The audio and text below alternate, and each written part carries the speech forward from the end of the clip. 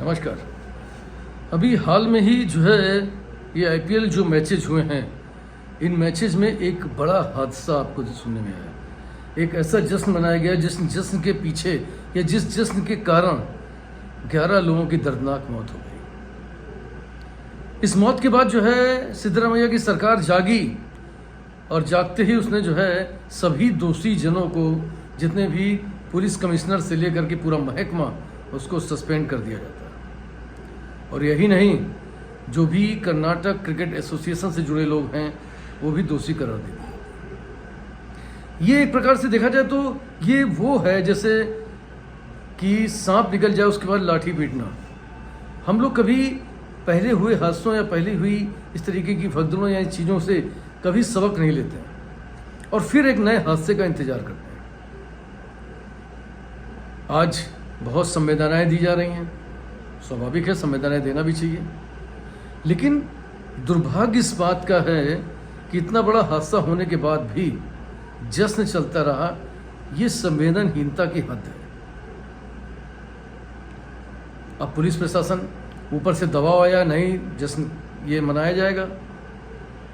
क्यों? उनको लग रहा था कि लोगों की भावनाओं को कैसे किया जा सकता है। लोगों की भावनाएं हैं हमारे राज्य के प्रति, इस राज्य को अपने राज्य का ये खिताब मान करके इसको कैसे कर सकते हैं। आनंद फानन में पुलिस ने भी जो है सारी अनुमति दे दी। अनुमति देने का नतीजा हुआ क्या कि सुरक्षा और उसके चौक पूरे पाबंद जो है पूरी तरीके से चौक नहीं थे, सुरक्षित नहीं थे, जिनकी वजह से एक बड़ा और बहुत बड़ा हादसा हो जाता है। उसके बाद हम सिर्फ लकीर पीटते रहते हैं। बात वही कहावत नहीं, अब पछताए क्या हुए चिड़िया चिंगी खेत। ठीक है, अच्छी बात है, आपको कैस करिए, लेकिन आप कैसे मान सकते हैं कि कर्नाटक के लिए बड़ी उपलब्धि है। इनका जो स्टार है, सुपरस्टार विराट कोहली, वो दिल्ली का रहने वाला है। इनके जो कप्तान साहब हैं वो मध्य प्रदेश के रहने वाले हैं, रजत पाटीदार जी। जिनको पांड्या जी को जिनको मैन ऑफ द मैच मिला वो गुजरात के रहने वाले हैं।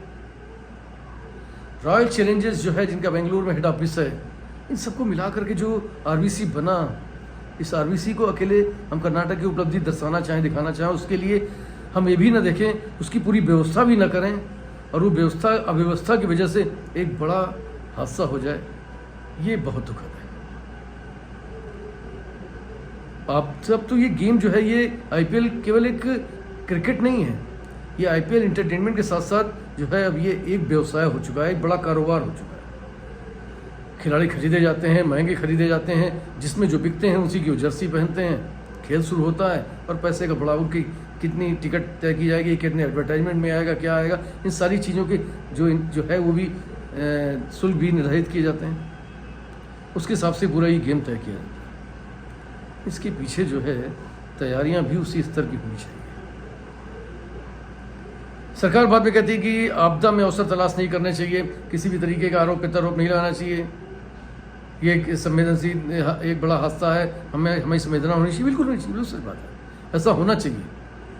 लेकिन जब भारतीय जनता पार्टी शासित जो भी राज्य हैं उनमें दुर्भाग्यवश अगर कोई घटना होती है तो ये पूरा विपक्ष होकर के क्यों काँव शुरू करता है। अगर आज आप अपने यहाँ हुए हादसे के लिए आप कह सकते हैं कि ये बहुत संवेदनशील विषय है, बहुत दुखद विषय है, इसको अवसर न माना जाए, तो कभी किसी यहाँ के भी इस तरीके के हादसे होते रहते हैं तो वहाँ पर आपका ये विषय याद नहीं आता है। सभी राज्यों को इस तरीके के तालमेल रखने चाहिए और कभी भी कोई आपदा आती है तो उसमें मिल के एक दूसरे का सहयोग करना चाहिए। आपदा में राजनीति नहीं होनी चाहिए, बिल्कुल सच है, लेकिन ये सभी को समझना चाहिए और किसी भी स्वार्थवश हम कोई ऐसा माहौल ना तैयार करें कि जिससे जो है कोई बड़ा हादसा हो जाए। अगर हमको कुछ ऐसा कैश भी करना है, भावनाओं को भी कैश करना है, तो उसके लिए समुचित तैयारियां करिए, व्यवस्थाएं करिए और अपने पुराने हुए हादसों से सीखिए। क्योंकि जो जनहानि होती है, जो दुखद हादसे होते हैं, परिवार उजड़ते हैं, ये अत्यधिक कष्टकारी है। इस पर हम सभी को गौर करना होगा, खासकर सरकारों को। भारत माता की जय।